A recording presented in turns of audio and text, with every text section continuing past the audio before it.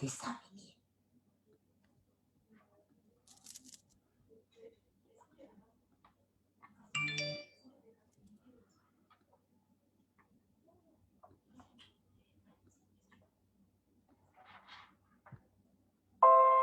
L'obésité, ça peut vouloir dire beaucoup. Ça peut être grave. Car l'obésité est une maladie. Mais vous pouvez agir en allant consulter votre médecin ou une équipe médicale, et puis en prenant soin de vous, avec plein de petites choses tous les jours. L'obésité est une maladie qui se soigne. Pensez à vous. Prenez soin de vous.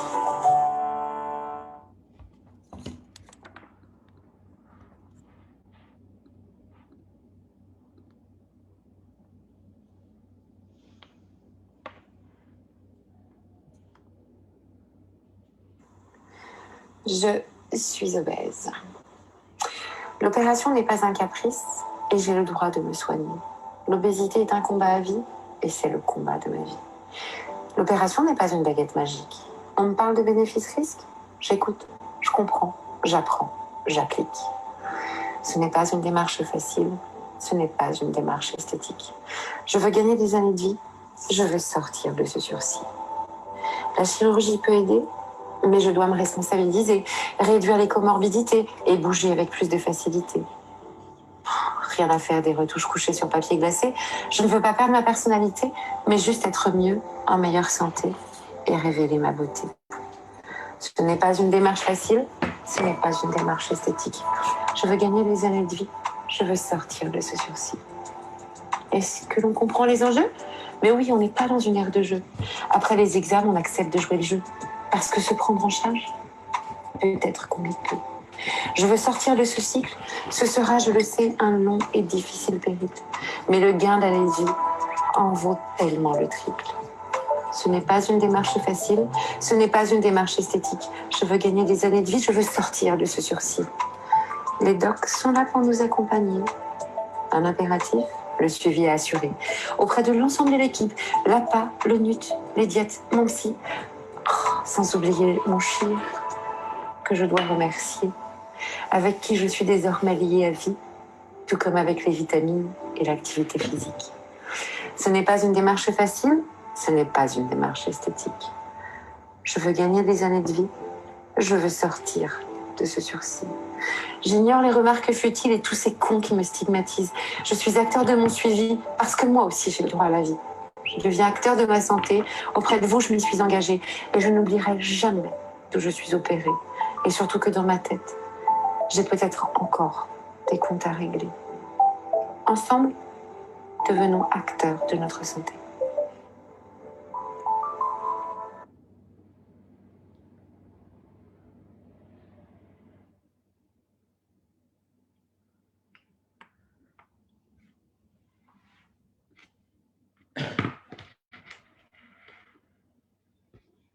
Et bonjour. Bonjour à tout le monde. On espère que vous allez bien. Coucou.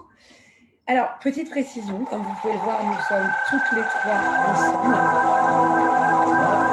ensemble. Excusez-nous. Vas-y, tu peux y aller. Comme vous pouvez le voir, nous sommes toutes les trois ensemble. Je voulais vous préciser que nous respections évidemment les gestes sanitaires, que nous nous sommes fait tester avant de nous retrouver et que nous allons désormais être en vase clos pour ces 3 prochaines journées. Voilà. Nikita qui nous rejoint. Nikita! Bonjour! Nikita, quel plaisir de t'avoir avec nous. Alors, on la présente vite fait? Oui. On te présente ou tu te présentes, ma belle? Écoutez, je suis diététicienne, nutritionniste. Voilà, je travaille en consultation libérale et également dans des cliniques à Paris. Voilà. Et donc, tu es une spécialiste. Et bien évidemment, je suis une spécialiste voilà, surpoids et l'obésité. Effectivement, je suis formée plus précisément là-dessus, sur ces pathologies. Et ça fait quelques années d'ailleurs que tu nous accompagnes dans le cadre des journées européennes et des journées mondiales. Et c'est un vrai plaisir de t'avoir à nos côtés aujourd'hui. Eh bien, moi aussi, je suis ravie. Merci. Alors, et tu es formée à l'éducation thérapeutique? Oui, aussi, effectivement. J'ai mon diplôme de TP, donc je fais des activités d'éducation, effectivement. Je m'en rappelle. Elle est formidable. Mais vous le verrez, elle est formidable. Alors, mes chers amis, coucou. J'espère que vous vous portez bien et que tout se passe bien depuis hier soir. Oui, on s'est quitté il n'y a pas longtemps et on se retrouve vite. Ça, c'est super. Annick, Laure, on présente le thème du jour? Tout à fait. Aujourd'hui, le thème, c'est le surpoids. Donc aujourd'hui, on va aborder le surpoids avec Nikita. Et après, on va aborder l'obésité. Et on va essayer de voir ensemble quelle est la barrière surpoids-obésité. On va essayer de se poser des questions si le surpoids, c'est la prévention de l'obésité. Comment et qu'est-ce qu'on peut proposer aux personnes en surpoids? Et est-ce qu'il y a vraiment un travail à faire, peut-être en amont, pour justement éviter de rentrer dans l'obésité avec les pathologies associées et les patients un peu que tu reçois et que nous, on peut rencontrer. Pourquoi ce surpoids, les personnes qui demandent de l'aide répondent-ils à un critère sociétal ou à une problématique de santé? Voilà, quel est leur profil en fait, principalement. Alors, je crois qu'il faut qu'on rentre tout de suite dans le vif du sujet. Merci Annick pour cette présentation. On va déjà essayer de répondre à une grande question. On s'est rendu compte avec les années qu'il y avait encore beaucoup d'amalgames, beaucoup d'erreurs commises par les patients qui ne comprennent pas toujours la différence entre une diététicienne nutritionniste et un médecin nutritionniste. Alors Nikita, est-ce que d'entrée de jeu, tu peux nous expliquer cette différence et après on va rentrer dans la définition du surpoids? Alors, la différence, c'est que le diététicien nutritionniste, c'est ce que je suis effectivement, et donc c'est un diplôme d'État où on fait à peu près 2500 heures de formation sur l'alimentation, sur la diététique, sur les pathologies et comment résoudre des pathologies grâce à l'alimentation. Donc, c'est vraiment tourné sur la diététique. Le médecin nutritionniste, c'est un médecin généraliste qui a fait une formation d'à peu près 150 heures en nutrition et donc qui va être en général, en tout cas nous dans notre parcours, ce qui va être plus centré sur les pathologies, sur le bilan biologique, le bilan aussi hormonal. Voilà, ça va être plus centré là-dessus, tandis que la diététicienne aura vraiment un rôle pour mettre en place des équilibres alimentaires, des régimes adaptés aux pathologies, voilà, et étudier les aliments en fait pour mieux répondre aux besoins des patients. Et non, j'ai pas bien répondu. On va prendre la main. Et est-ce que si on vulgarise vraiment l'information, on peut dire aujourd'hui que le professionnel de l'alimentation, c'est le diététicien nutritionniste? Oui, on pourrait le dire, effectivement. Bon, après, on en parlera par la suite, je suppose, en tout cas, j'en parlerai après, mais c'est vrai qu'il y a aussi une question de remboursement, malheureusement, qui est encore, voilà, pas bien. On va en parler. Alors, voilà, il y a deux choses, moi, je pense, qui reviennent de la part des patients, parce que moi, je suis une association et je suis sur le terrain, en fait. Et je me rappelle que je fais des séances sur le rôle de chacun, parce que des fois, ce rôle, c'est tellement compliqué. Qu'est-ce que fait un endocrinologue? Qu'est-ce que fait un diététicien? Qu'est-ce que fait un médecin nutritionniste? Et en fait, en plus de ça, la difficulté qu'il y a, c'est que attaché à diététicien, il y a nutritionniste. Et oui. Et attaché à médecin, il y a médecin nutritionniste. Donc, en fait, il y a un amalgame qui est fait. Et en plus de ça, on dit, ben, si je vais chez une diététicienne nutritionniste, elle fera la même chose, sauf que c'est 50 €, 40 € la consultation. Alors, moi, je leur dis bien que ce n'est pas la même chose, que vraiment vous, dans votre formation de base, vous êtes sur le nutriment, sur les besoins, sur la physiologie, sur les apports, les choses comme ça. Et un médecin nutritionniste, d'accord, il est remboursé, mais il n'a pas la même formation et il n'a pas la même compétence. Exactement. C'est pour ça qu'au lieu de faire ça, je pense qu'il faudrait vraiment se battre. Et je crois que vous, avec vos réseaux de diététique, c'est ce que vous essayez de faire. On essaie, oui. Voilà, mais nous, ce qu'on voudrait aussi, et je pense que Carole est d'accord, parce qu'ici, on est toutes les trois, mais il ne faut pas oublier Anne-Sophie et Linda et le collectif, qui est le collectif. Et toutes nos associations, voilà, et tous les gens qui accompagnent les patients. National des associations d'obèses. Mais ce que je dis, ça, c'est quelque chose sur lequel on veut se battre parce qu'on a besoin des diététiciens, on a besoin des enseignants en activité physique adaptée, on a besoin des vitamines B1, que des bilans sanguins. Moi, je vois que certains bilans, eh bien, on me demande un bras et qu'on n'a pas tous les moyens parce qu'on n'est pas tous égaux, on n'a pas des mutuelles pour prendre en charge. Exactement. C'est vraiment notre moteur que, en fait, d'accord, on est bien loti en France parce que les soins sont pris en charge, mais par contre, quand on reconnaît qu'on est dans une problématique d'obésité, de santé publique, eh bien, il faut qu'il y ait une autre réflexion et amener d'autres choses, en fait. Alors, je ne sais pas si tu partages cet avis. Ah oui, tout à fait, à 100%, 1000%, je suis tout à fait d'accord avec toi. Pour l'instant, effectivement, le rôle du diététicien, nutritionniste, du médecin nutritionniste est souvent confondu, souvent effectivement vers le médecin nutritionniste parce que c'est pris en charge par la sécurité sociale, mais effectivement, le travail derrière n'est pas le même, sans dénigrer aucun médecin nutritionniste parce que je travaille également avec eux pour justement tout ce qui est le bilan biologique, mais un médecin nutritionniste ne va pas rentrer dans le détail des nutriments, de l'équilibre alimentaire, ne va pas adapter vraiment. Ça reste un médecin avant tout. Oui, voilà, exactement. C'est-à-dire que nous, on a 2500 heures de formation vraiment pendant nos études, mais sachant qu'après, on peut à nouveau se former, voilà, comme moi, j'étais formée aussi à l'obésité, au surpoids en supplément, tandis que le médecin nutritionniste, il a une formation que de 100-150 heures en nutrition. Et très souvent, je récupère des patients qui sont allés voir des médecins nutritionnistes et ça a été des échecs sur des échecs ou des régimes yo-yo à tout va. Et ben à la fin, il faut du coup repartir de zéro avec ces patients-là parce qu'on leur a aussi inculqué ou on leur a aussi mis en tête des mauvaises valeurs, des mauvaises choses. Donc, c'est très, très compliqué parce qu'effectivement, c'est deux métiers différents et on n'a pas du tout le même rôle et le même impact, en tout cas de mon point de vue. Et je pense que c'est ce que tu disais tout à fait, quoi. C'est pas voilà, c'est pas du tout le même, je pense, les mêmes discussions en tout cas qu'on aborde avec un patient, hein, d'après mes retours de patients aussi. Est-ce que tu penses que tu peux dire que, moi j'ai l'habitude de dire sur la pratique d'activité, sur l'activité physique, il y a le kiné, l'enseignant d'activité physique adaptée et celui qui va travailler le muscle sur le reconditionnement à l'effort, il y a 3 acteurs. Est-ce que toi, sur la partie physiologique, métabolique et nutritive, est-ce que tu serais d'accord pour dire qu'il y a une complémentarité qui devrait se faire entre l'endocrinologue, la diététicienne et le médecin nutritionniste? Exactement, oui. De toute façon, il faut, hein, nous, on travaille justement en collaboration. Moi, je parle vraiment que d'alimentation avec mes patients. L'endocrinologue, il va vraiment regarder les bilans biologiques, vitaminiques, il va justement éviter les carences. Le médecin nutritionniste, pareil, il va s'occuper de tout ce qui va être s'il y a vraiment des pathologies cardiovasculaires ou des traitements particuliers. Mais en fait, on se complète. Mais l'alimentation, c'est vraiment la diététicienne nutritionniste qui va parler de ça. Hein, oui. Il doit y avoir une complémentarité de ces 3 acteurs, de ces 3 compétences, en fait. Exactement, exactement. Et oui. Du coup, sur le même principe, la même question un petit peu qu'Annick vient de poser, c'est justement comment en fait clarifier, on va dire, les différents métiers et les différents rôles de chacun auprès de ces patients. Comment vous faites?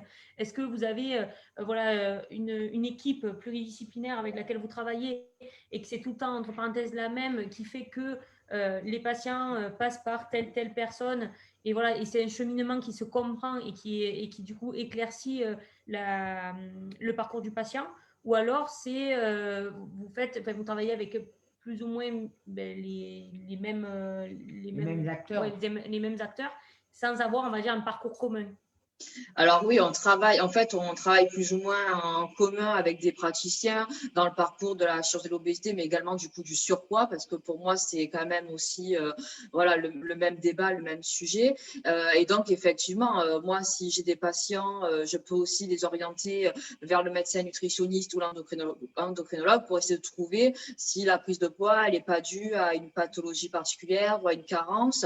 Donc en fait, on travaille ensemble. C'est vrai que les patients, au tout départ, effectivement, ils sont perdus. La première chose, c'est pourquoi je dois voir 3 spécialistes ou 2 spécialistes, c'est la même chose. Est-ce que je suis obligée d'aller voir telle personne, le diététicien, le nutritionniste, le médecin nutritionniste et l'endocrinologue? Oui, et après, on leur explique. Alors souvent, après, on a des petites affichettes ou autres qui permettent vraiment de différencier le diététicien nutritionniste, du médecin nutritionniste, de l'endocrinologue et également des coachs en nutrition maintenant aussi, voilà, qui ne sont pas du tout reconnus par l'État, mais voilà, ça permet d'identifier, d'expliquer vraiment aux patients patients, pourquoi on les oriente vers ces praticiens-là. Donc, oui, voilà, nous, en tout cas, c'est vraiment chaque médecin, chaque praticien a sa spécialité et au contraire, on travaille vraiment ensemble, en complémentarité pour aider au mieux aux patients et répondre au mieux aux besoins des patients, en fait. Donc, si c'est alimentaire, c'est plutôt moi, mais si vraiment le patient, au final, il a un problème plutôt de biologique, il va peut-être être suivi par l'endocrinologue pendant un moment, puis revenir vers moi une fois que sa pathologie sera plus ou moins réglée. Je pense au diabète ou à autre chose, mais bon, voilà. Et puis après, ça peut être aussi vers le médecin nutritionniste, si c'est un patient qui a vraiment des problèmes cardiovasculaires ou avec des traitements lourds. Mais on travaille en complémentarité et le patient, dès le début, on lui dit vraiment la différence entre les 3 praticiens. C'est très clair, Nikita. Merci beaucoup. Okay. Est-ce que tu peux définir justement, tu disais tout à l'heure, si j'ai bien entendu, tu disais pour moi, entre surpoids et obésité, c'est un peu la même chose. Alors, j'aimerais que si tu peux, et après, moi, j'essaierai de te donner mon expertise. Oui. Alors, définir ce qu'est le surpoids. Après, on verra après ce qu'est l'obésité et des messages et des représentations qui, moi, me hérissent le poil sur des gens qui se disent « je suis en surpoids ». Je fais plein de choses, je ne citerai pas les marques, ça serait leur donner trop d'importance. Mais il y a un surpoids où tu dois perdre 2 kilos parce qu'à un moment donné, tu te sens un peu pas trop bien avant l'été. Et il y a un surpoids qui est, pour moi, des signes annonciateurs d'une problématique d'obésité future. Exactement. Oui, effectivement, il faut déjà différencier le surpoids, effectivement, avant de vacances ou le surpoids post-repas de Noël et le surpoids, effectivement, qui est ancré, qui est présent et qui évolue au fur et à mesure des années. C'est vraiment 2 choses différentes. Déjà, le surpoids, pour vraiment le définir, nous, on se base sur l'IMC, l'indice de masse corporelle, qui est le poids sur la taille au carré et qui doit se situer, enfin, le surpoids se situe, d'après les chiffres, entre 25 et 30. Alors là, pareil, un surpoids qui est à 25 ou à 26 n'est pas le même qu'un surpoids qui va être à 28, 29, mais par contre, il faudra quand même surveiller aussi l'évolution de ce surpoids au fur et à mesure du suivi. Le surpoids, c'est effectivement aussi un excès peut-être de matière grasse. En priorité, souvent, c'est comme ça que c'est défini pour le patient. Après, à quoi ça peut être dû? Pareil, il faut identifier. Est-ce que c'est dû justement à un problème de déséquilibre énergétique entre ce que l'on consomme et ce que l'on dépense? Est-ce que c'est dû à un problème psychologique qui vient d'arriver suite à un choc émotionnel, suite à un problème professionnel? Donc pareil, là, il faut savoir l'identifier pour l'orienter vers les praticiens qui pourront déjà s'occuper de cette problématique. Et puis après, ça peut être aussi peut-être par rapport à une mauvaise alimentation. Alors après, je parle de pubs, mais souvent c'est les pubs aussi peut-être, ou ce qu'on lit, ce qu'on entend autour qui vont entraîner les patients vers des régimes au final de plus en plus restrictifs, des régimes yo-yo, mais qui au fur et à mesure des années vont entraîner un surpoids de plus en plus important et arriver du coup à une obésité. Donc ces patients-là, justement, il faut dès le début, dès peut-être un IMC à 25-26, stopper, éclaircir la situation, redéfinir ce qu'est l'équilibre alimentaire, redéfinir ce qui est un régime en fait, voilà, restrictif qu'il faut éviter, un régime d'équilibre alimentaire. Donc, il faut identifier la cause de ce surpoids et selon le patient, on pourra évoluer. Oui, Carole, on pourra évoluer selon voilà, la pathologie, selon la cause de ce surpoids. Dis-moi. Donc, on est d'accord pour dire, finalement, tu parles de ces régimes yo-yo, de ces formules un peu miracles qu'on voit partout. On est d'accord pour dire que finalement, chaque personne, chaque individu va gérer son propre régime alimentaire en fonction de son métabolisme et que finalement, les méthodes miracles, ça n'existe pas. C'est-à-dire que la même approche alimentaire pour tout le monde, finalement, ce n'est pas possible. Non. Non, effectivement, il n'y a pas de solution miraculeuse, il n'y a pas de régime, sinon malheureusement, heureusement, si ça arrive, ça se serait, et je pense qu'il n'y aurait pas de surpoids et pas d'obésité dans le monde s'il y avait des solutions miraculeuses. Il ne faut pas se leurrer. On arrive actuellement, on est dans un monde où il y a beaucoup de pubs sur les produits miracles, sans les citer, mais qui au final vont engendrer à long terme des énormes problématiques, des grandes difficultés pour les patients, parce que au final, ils ont peut-être un poids normal normal avec 2 ou 3 kilos supplémentaires, ils vont rentrer dans ce système de régime miraculeux pour perdre quelques kilos et on va rentrer dans un cercle vicieux qui va commencer à faire un régime yo-yo. Sauf qu'on sait très bien que quand on perd vite, c'est mauvais signe, c'est souvent du muscle que l'on va perdre et du coup, derrière, il y aura une reprise de matière grasse à long terme. Oui, j'ai vu qu'il y avait une question. C'est pas furtif de temps en temps. C'était un peu, voilà. Non, mais, donc, dans ce que vous dites là, c'est important aussi que les personnes le sachent, c'est que, ben, oui, le surpoids, c'est à prendre aussi en considération et pas non plus à la légère, tout pas en dramatisant, hein, c'est en dédramatisant bien sûr, mais par contre, aussi, vous avez quand même un rôle, on va dire, de dépistage, de ouais, prévention. de prévention, de dépistage et aussi alors c'est pas de donneur de conseils, c'est de donneur de leçons, pardon, c'est vraiment d'information, conseils, information. Et une certaine manière de réapprendre en fait. Oui, exactement. Physique, je suis un peu comme ça, c'est-à-dire qu'on réapprend des postures, on réapprend les choses pour pouvoir, c'est de l'indication en fait. On indique exactement. qu'ils puissent arriver à réapprendre. Et j'ai l'impression que c'est un peu aussi ce que vous faites. Exactement, c'est tout à fait ça. Le but, c'est pas de leur faire peur dès le début. Vous avez un IMC à 27, c'est la fin du monde, c'est fini pour vous. Non, pas du tout. Alors là, au contraire, on peut très bien reperdre du poids tout en justement en donnant des indications, de l'information. Le plus important, c'est justement se mettre aussi à la place du patient, essayer de se recentrer pourquoi il y a eu cette prise de poids et à partir de ce moment-là, après on essaie de redéfinir oui, tout un parcours peut-être avec le patient, mais tout vraiment dans la douceur, dans l'information. Non, vous faites pas ça, moi, si, voilà. C'est parce qu'on veut te parler toutes les deux.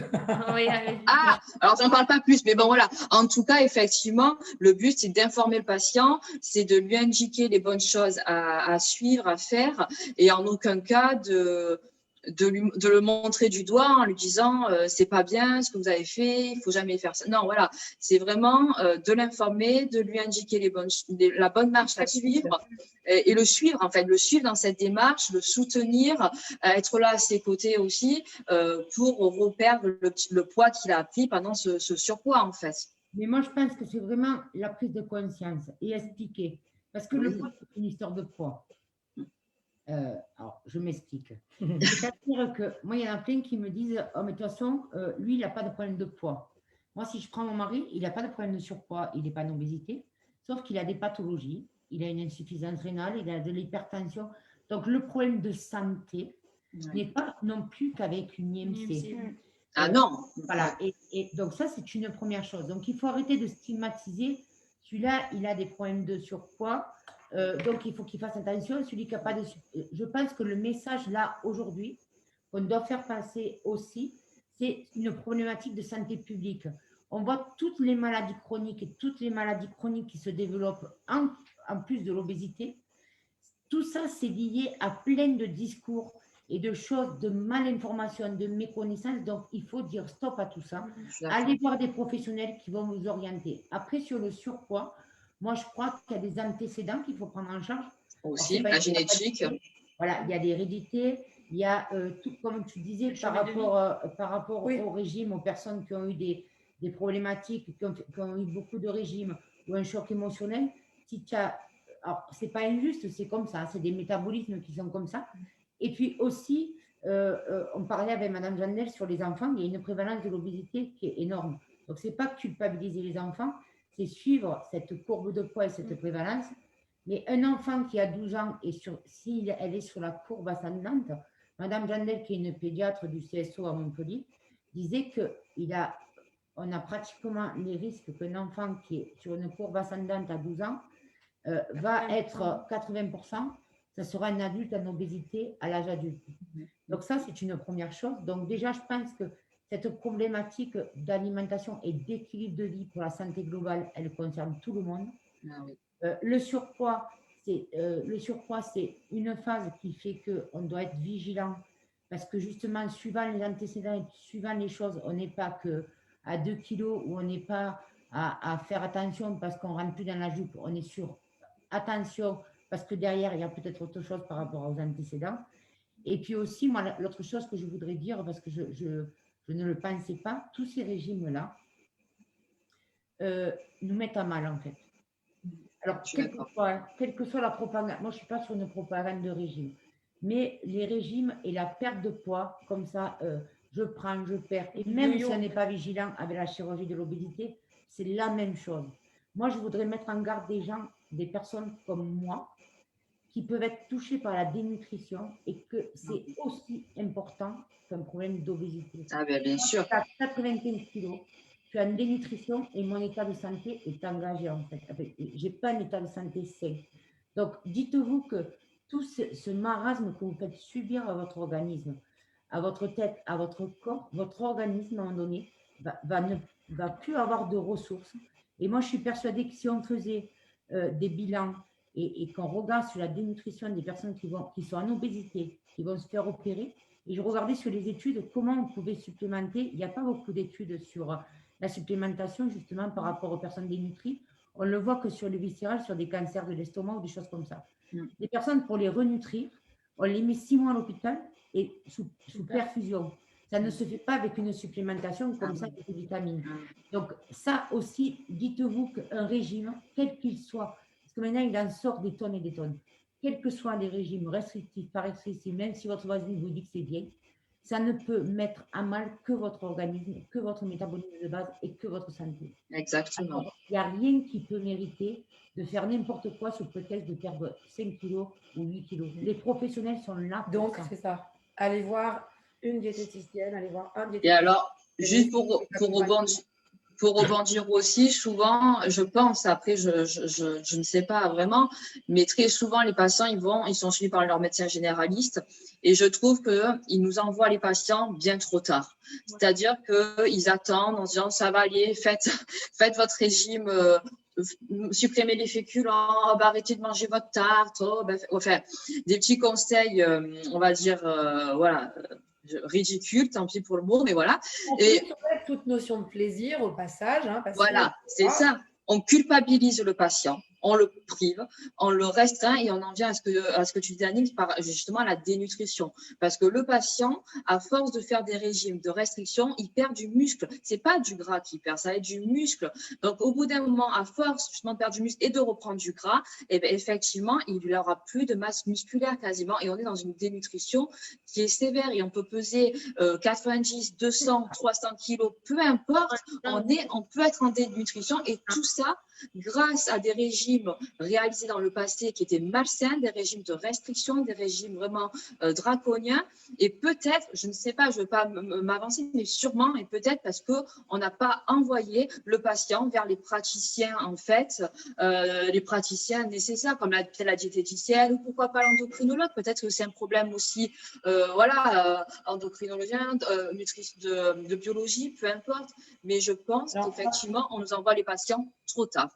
On a eu souvent l'occasion, et j'ai souvent eu la chance de prendre la parole avec Nikita auprès des patients et en prévention. Et on avait toujours et souvent coutume de dire que faut vraiment pas rigoler avec ça, faut vraiment pas rigoler avec les carences, faut vraiment pas rigoler avec la dénutrition. Tu parles de perte de masse musculaire. On a souvent tendance à dire que dans les muscles qu'on a dans notre corps, il y a le cœur et que fatalement, on se met en risque. On se met en risque pour son cœur, mais on se met en risque de développer évidemment bien d'autres pathologies graves. Tous les organes, oui, tous les organes sont des muscles, donc c'est sûr qu'on met en danger notre cœur en priorité, mais d'autres organes aussi. Hein. Les gens ne s'en rendent pas compte. Tu vois, les journées mondiales cette année, c'est l'obésité, ce n'est pas du cinéma. Soyons acteurs de notre santé. Et je pense que là, c'est un message à faire passer. C'est justement, arrêtons de croire tous ces clichés. Arrêtons d'écouter qu'on peut trouver notre solution sur des papiers et des magazines, quels que soient les magazines, sur la soupe aux choux, sur les machines, sur les trucs. Quand on a des problèmes comme ça, il faut qu'on se fasse suivre par une équipe pluridisciplinaire qui soit formée. Parce qu'en fait, on croit que, moi, quand je dis que j'ai fait 95 kilos et que je suis en dénutrition et sévère, moi, quand on m'a dit ça, il me dit, il ne faut pas que vous tombiez à moins de 90 kilos, c'est encore plus grave. Je suis en dénutrition sévère. Mais moi, je pensais qu'une dénutrition, j'étais anorexique. Mais non, c'est ça n'a rien à voir. Et ça n'a rien à voir. Sauf que quand c'est comme ça, vous avez des douleurs qui arrivent, vous avez un affaiblissement de tout, Musculaire, des migraines. Au niveau neurologique, c'est pas la même chose. douleurs, la mémoire, déprime, sur la Des déprime. carences, tout ça, oui, c'est tout le corps qui se met au ralenti, en fait. Et en plus, suivant le niveau de dénutrition que vous avez, on doit vous rentrer à l'hôpital. C'est comme une personne qui est, alors moi, on m'avait expliqué ça, une personne qui est prisonnier. Et en fait, au début, ils étaient prisonniers, donc enfermés pendant très, très longtemps. Et à la fin, on les sortait et on leur donnait vite à manger. Et en fait, on les tuait. Et donc là, maintenant, il faut les resupplémenter avec des protocoles pour voir comment le corps réagit. Donc tout ça, ce n'est pas une affaire. Il ne faut pas faire n'importe quoi. Et il faut que vous l'entendiez quand même. Ouais. Il faut que vous l'entendiez. Mais il faut pas être seul aussi. Il y a juste, j'ai un commentaire, enfin, j'avais plusieurs commentaires, donc vous avez des bonjours de un peu tout le monde. Bonjour tout le monde. Donc il y a Sophie Primo qui demandait si Nikita était diététicienne, donc il y a quelqu'un qui a répondu aussi, diététicienne nutritionniste. Exactement. Parce que de toute façon, il faut savoir que le terme nutritionniste seul ne veut rien dire. Il n'est pas du tout reconnu par l'État. Il n'y a aucune réglementation là-dessus. Donc, c'est là où on disait qu'il est un peu compliqué à comprendre. Tout comme coach en nutrition, ça n'existe pas. Ça n'existe pas. Et il y a Michael Ranson qui dit « On en revient à la compétence de chacun des professionnels et à la reconnaissance de ces professionnels de leurs limites pour savoir orienter les personnes vers des professionnels compétents, en fait. » Et ça, c'est ce que dans tous les cas, partout, avec ces professions aussi qui se montent avec des petites formations à droite à gauche qui ne sont pas en fait reconnues en soi, qui ne sont pas reconnues et qui pas malheureusement, mais on va dire que quand on a une pathologie ou qu'on arrive vers une pathologie, qu'on sent qu'on n'est pas dans une superbe forme et dans une super santé, et bien des fois, on nous dit, on vient nous vendre quelque chose et en fait, on y croit parce que on sent que c'est comme si c'était entre parenthèses la dernière chance. Et c'est là qu'il faut faire attention. Mais tout comme les professionnels, enfin moi je vais être un peu désagréable et trivial, mais enfin c'est du vécu et du vu et du plein de fois vu, des professionnels dans leur secteur qui n'adressent pas auprès de leurs confrères professionnels dans un autre secteur, sûr, et qui gardent le patient comme si c'était leur précaré, leur chose, comme s'il y avait un refus de vouloir adresser ou et là, on en est quand même à se poser la question de savoir où est le bien du patient. Exactement. Là-dedans. Mais c'est pour ça que le patient, s'il comprend, il va faire et il va dire non. Par contre, si les pouvoirs publics nous entendent, nous entendent, moi, je dirais, et peut-être ce sera parce que vous vous rappelez qu'il y a une pétition à signer, une pétition portée par le CNAO qui est très importante. Et après, peut-être on en fera une autre. Parce que moi, je dis, si on taxe la cigarette, si on empêche les publicités sur les cigarettes, si on empêche les publicités sur l'alcool, alors là, c'est Annie Conturo qui vous parle et pas une représentante du CNAO. Moi, je dis, cessons, s'il vous plaît, ce martelage de toutes ces publicités qui sont du marchandage et juste, on se sert de la fragilité, de la souffrance des gens et qui enlève malheureusement, parce qu'avec 400 € pour une semaine, avec comme et bien vous payez plein de consultations avec une diététicienne, vous pouvez manger autre que des brownies complètement rabougris, des haricots verts qui ne ressemblent à rien et une sauce qui… Non, voilà. Donc, à un moment donné, s'il vous plaît, prenez conscience. Et moi, je pense, et je fais appel à vous, les patients, soyez réalistes. Il n'y a pas de miracle. En plus, on nous assiste dans le fait, on vous dit, hier, on a assisté au webinaire, il y a la ministre de l'écologie qui dit, revenons à des produits, cuisinons nos produits. On nous assiste de plus en plus dans tous les domaines. Le manger, c'est culturel. Le manger, ça doit nous appartenir. Faites-vous aider pour vous organiser, faites-vous aider pour cuisiner avec vos enfants en plus. Et comme ça amènera une amie supplémentaire. Mais faites le lobbying de tous ces trucs-là qui ne servent à rien, qui vous piquent votre pognon. Mais c'est surtout qu'en plus, c'est que les acteurs, c'est-à-dire que les personnes qui vont être touchées de près ou de loin par ces choses-là qui pourront faire bouger les choses parce que là, il y a par exemple Sylvie Lambert qui dit à quand le remboursement des consultations des diététiciennes nutritionnistes, ce sont les pouvoirs publics. Ça, on aimerait. Hein. Mais voilà, mais le problème, c'est que déjà, si les patients comprennent que le diététicien nutritionniste a un rôle prépondérant dans un rôle clé dans son amélioration de la santé, alors en fait c'est que ces personnes-là qui vont pouvoir se faire entendre et dire oh vous faites quoi, parce que eux en fait ils ne comprennent. il y a tellement, encore une fois, un manque d'informations, on va dire, données directes, qu'il y a les pouvoirs publics bougeront si nous, en tant qu'acteurs et patients, on met le veto. Parce que ces pauvres diététiciennes, avec leur instance et leur délégation, enfin, c'est pas une délégation, c'est une fédération. La fédération, elles sont là, elles se battent, mais c'est nous qu'on doit monter au créneau, nous, collectifs d'associations, nous, patients, on doit monter au créneau pour dire stop, ça suffit. Parce que regardez, moi, j'ai pas fait l'ENA et j'ai pas fait 12 milliards d'études, non. Mais quand je regarde l'argent qui est pris, qui est mis, dispensé à droite et à gauche, mobilisons-nous, fédérons les actions et œuvrons pour que justement, à un moment donné, on fasse porter la voix du patient, qu'elle soit reconnue et que les instances nous écoutent. Je suis d'accord, tout à fait d'accord. Il y a Sophie Primo, donc je crois que c'est, je ne veux pas dire de bêtises, Sophie, mais je crois que c'est ça doit être la diététicienne nutritionniste de Strasbourg. Ah non, de Strasbourg. Ou de Colmar, ou de cet endroit là-bas. Stop obésité. Du Nord. Donc, qui dit, les gens sont prêts à payer des magnétiseurs, des naturopathes, alors des vrais professionnels, point d'interrogation. Oui, alors, moi, ça me fait rebondir sur un sujet. Excusez-moi. Elle a juste dit merci, Anita. Moi, ça me fait rebondir sur un sujet, Nikita, et je voudrais qu'on enchaîne là-dessus. C'est sur le profil de la patientèle que tu reçois. Parce qu'en fait, avec ce genre de remarques, les magnétiseurs, l'achat des méthodes miracles, en fait, on se rend compte que le profil quand même premier des personnes que tu vas recevoir, ce sont des personnes qui sont dans une certaine détresse psychologique. Exactement. Donc, quel est le profil, toi, des gens que tu reçois globalement? Est-ce que... tout à l'heure, tu as parlé de ce travail de pluridisciplinarité avec des médecins nutritionnistes, avec des endocrinologues, j'imagine aussi avec des psychiatres et des psychologues. C'est quoi le profil de ces gens? Ce sont des gens fragiles, ce sont des gens blasés par le regard de la société. C'est quoi? C'est de l'image, c'est de l'enveloppe, c'est quoi? C'est de la santé. Pardon, j'ai pas entendu. C'est pour un problème de santé ou oui. Très souvent, alors la plupart du temps, quand les patients ils arrivent qui sont en surpoids, il y a un vrai surpoids qui est ancré, c'est déjà des patients qui sont effectivement dans une détresse psychologique importante parce que justement, ils ont essayé de nombreux régimes. Ça n'a pas marché, ils ont eu l'impression de s'être fait avoir, d'être au fond d'un trou, d'un puits, ils sont totalement perdus et ils viennent nous voir un peu en disant bon ben voilà, j'ai tout essayé, je viens voir, c'est un peu la dernière chance et j'espère qu'on va pouvoir faire quelque chose.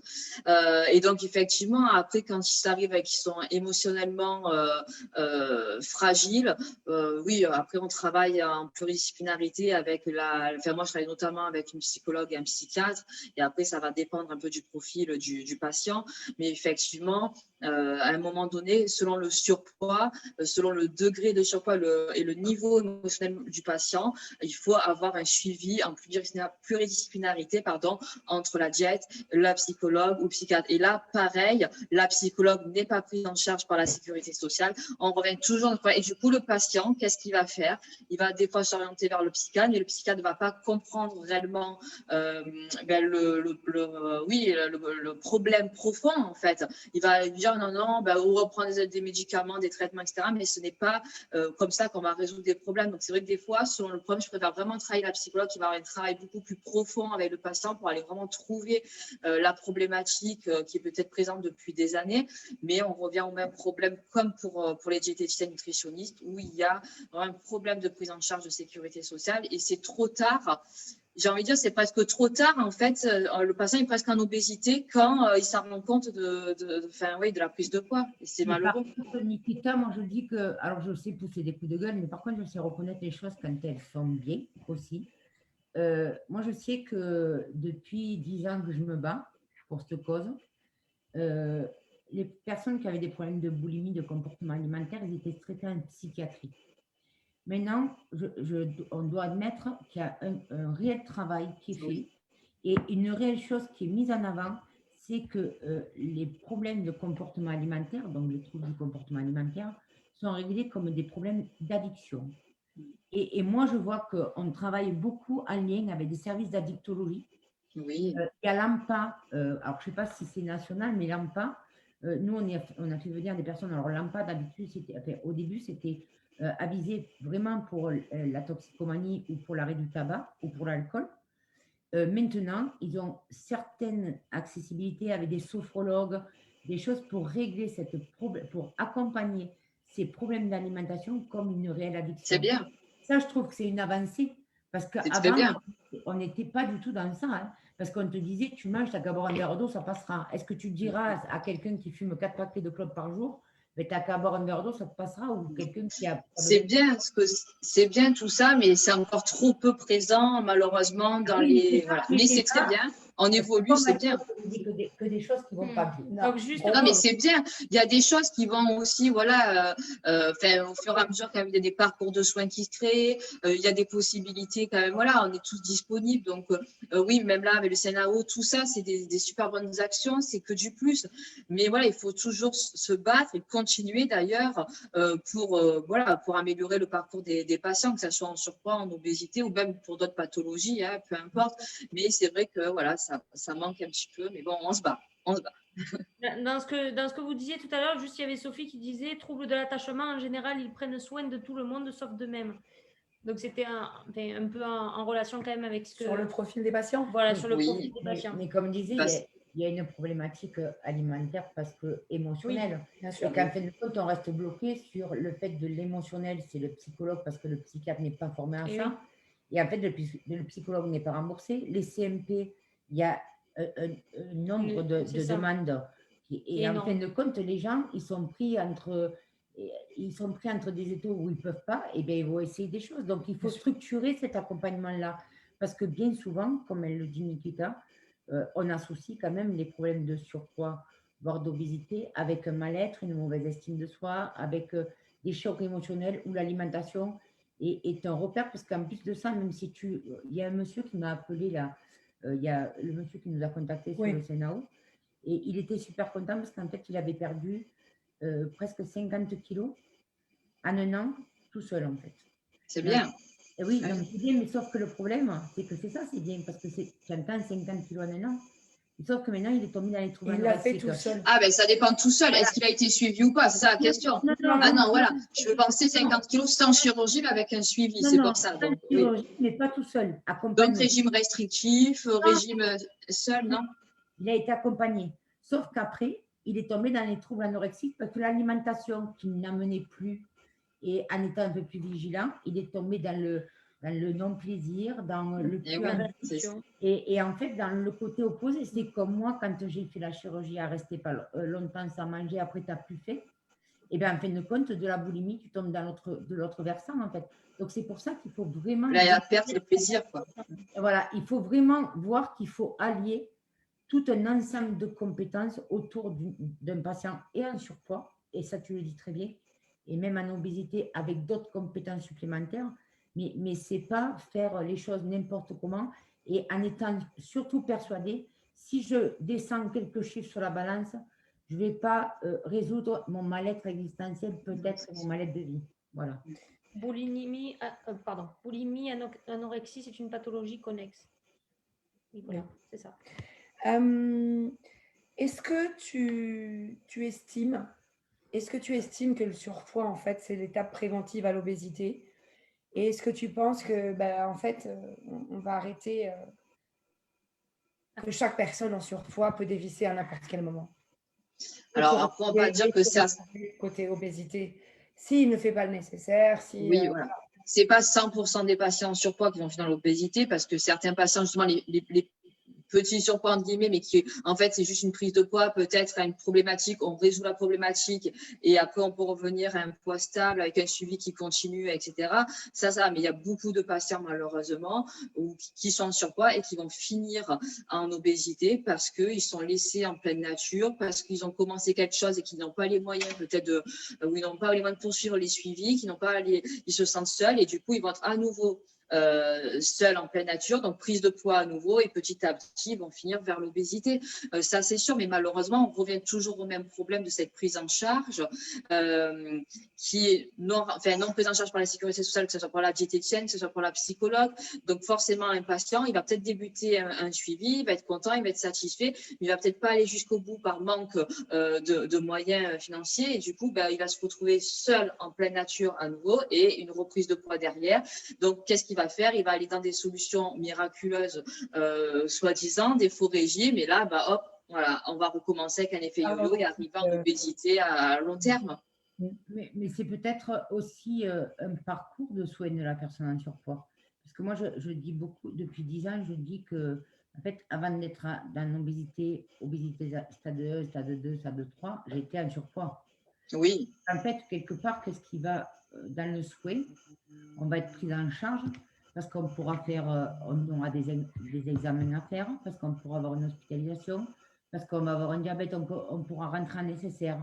Parce que, en fait, si on n'a pas tout ça, eh bien, quelque part, on n'a pas nos places, on n'a pas un parcours de soins. Il n'y a pas de parcours de soins aujourd'hui. Non, il n'y a pas.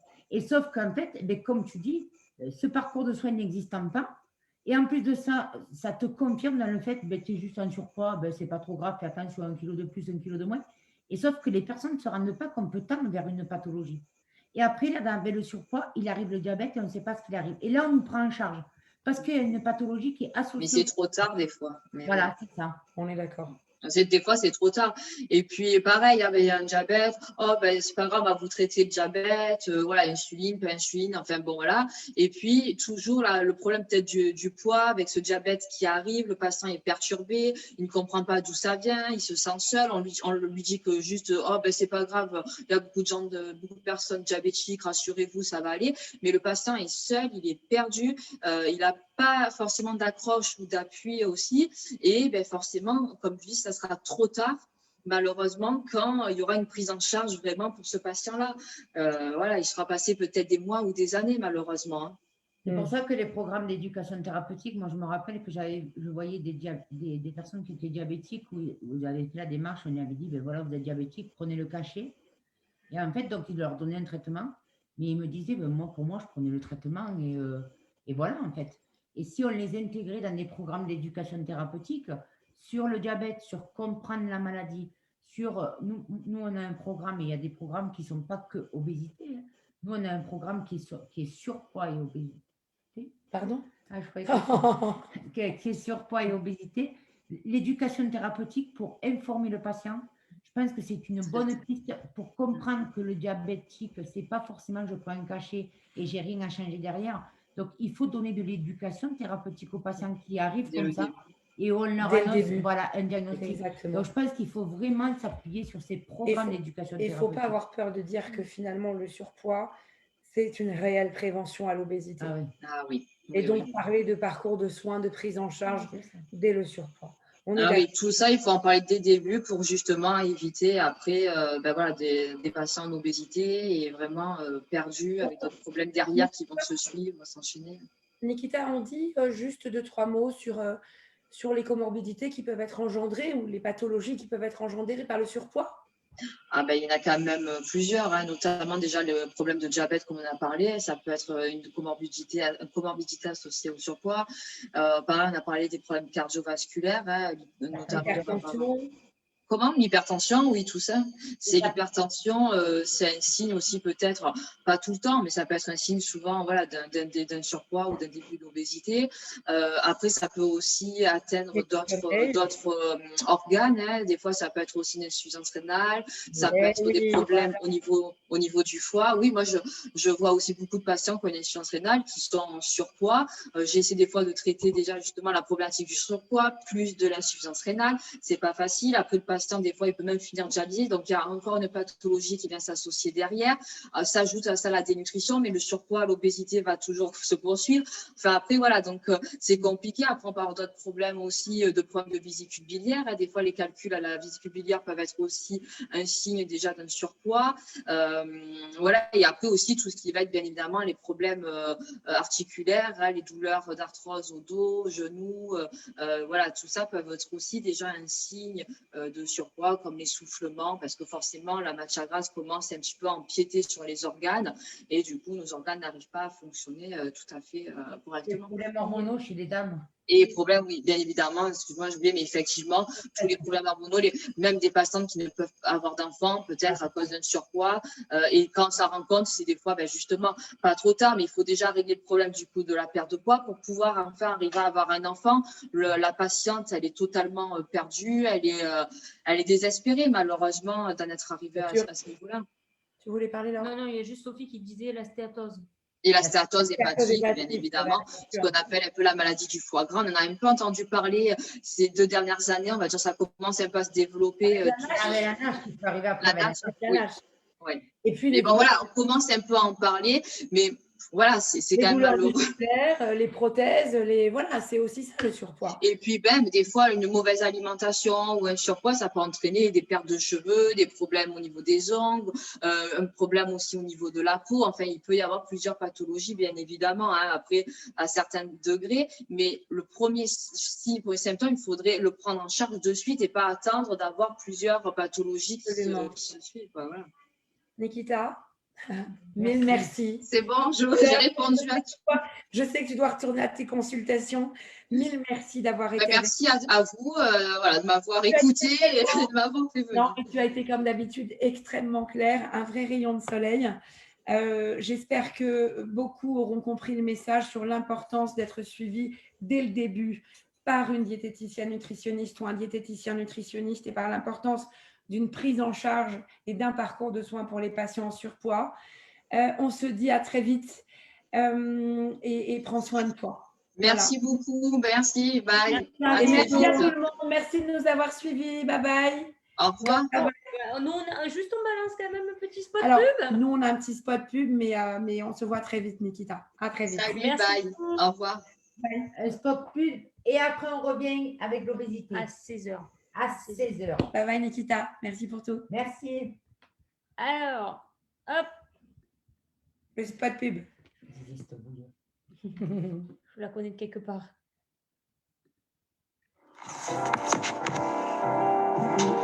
Toi qui ne vis pas ma vie, et toi qui es tellement jolie. Mais toi aussi, tu es tellement jolie. Tu sais que toute ma vie, personne ne m'a regardée pour ce que je suis. Mais la réelle beauté, c'est ce que la personne est à l'intérieur. Tu n'as pas moins de beauté que toutes les personnes autour de toi qui vivent et qui pensent. Toi, ma petite souris, qui est rentrée dans cet univers de l'obésité, que penses-tu de ce que tu vis à nos côtés? Le message que je veux faire passer aujourd'hui, arrêtez de les pointer du doigt quand vous les voyez manger. Arrêtez de vous moquer quand vous les voyez bouger. Considérez-les comme des vraies personnes. Leur maladie ne les représente pas. Ce sont des personnes comme vous et moi. Le mot à vous ancrer aujourd'hui est considération. Merci, Mimi.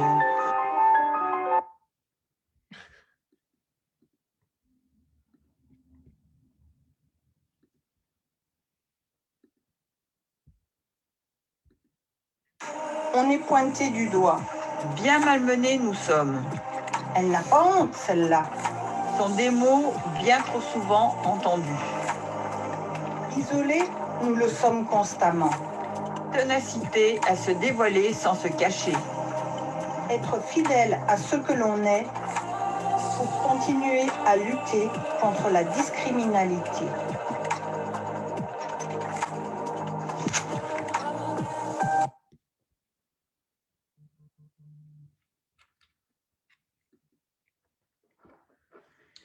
Et voilà. Eh bien, on va se quitter pas longtemps, en fait. L'accident s'est produit le matin, un accident de voiture. Moi, il me saoule ce truc. Voilà. Pourquoi je l'arrête à chaque fois? Ce n'est pas grave, Malorette, ce n'est pas grave. Donc, en fait, on se quitte pas longtemps, on se quitte une petite heure. Rendez-vous à 16h pour le prochain atelier. Déjà? Et ouais, déjà, qui sera consacré à l'obésité. Et particulièrement aux problématiques liées à l'obésité et à l'importance du suivi. Allez, par contre, on voulait, comme disait Carole, on voulait remercier toutes les associations qui avaient participé du collectif. Bien sûr. Tous ces spots-là que vous allez avoir et tous ces spots que vous allez voir tout le long de ces JMO, c'est des spots qui ont été faits par les associations sur le terrain, par des patients qui voulaient vous passer des messages, par des associations qui voulaient vous passer un message sur leur action.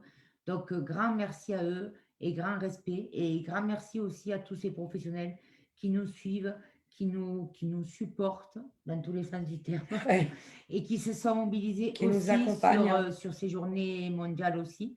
Donc, un grand merci. Et n'oubliez pas. La pétition.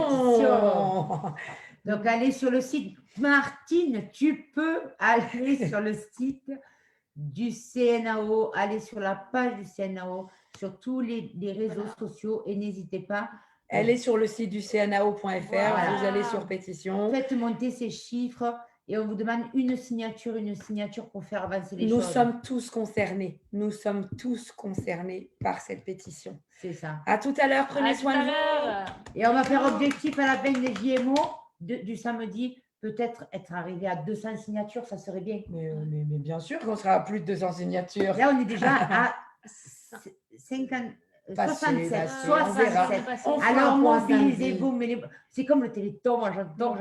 Alors, 200, et si on fait exploser les compteurs, mais vous aurez un dîner avec, quand les restaurants sont ouverts, avec Carole. Je n'étais pas au courant, mais avec grand plaisir. Faites transférer ce qu'Isabelle nous dit. Merci. À tout à l'heure. Bye.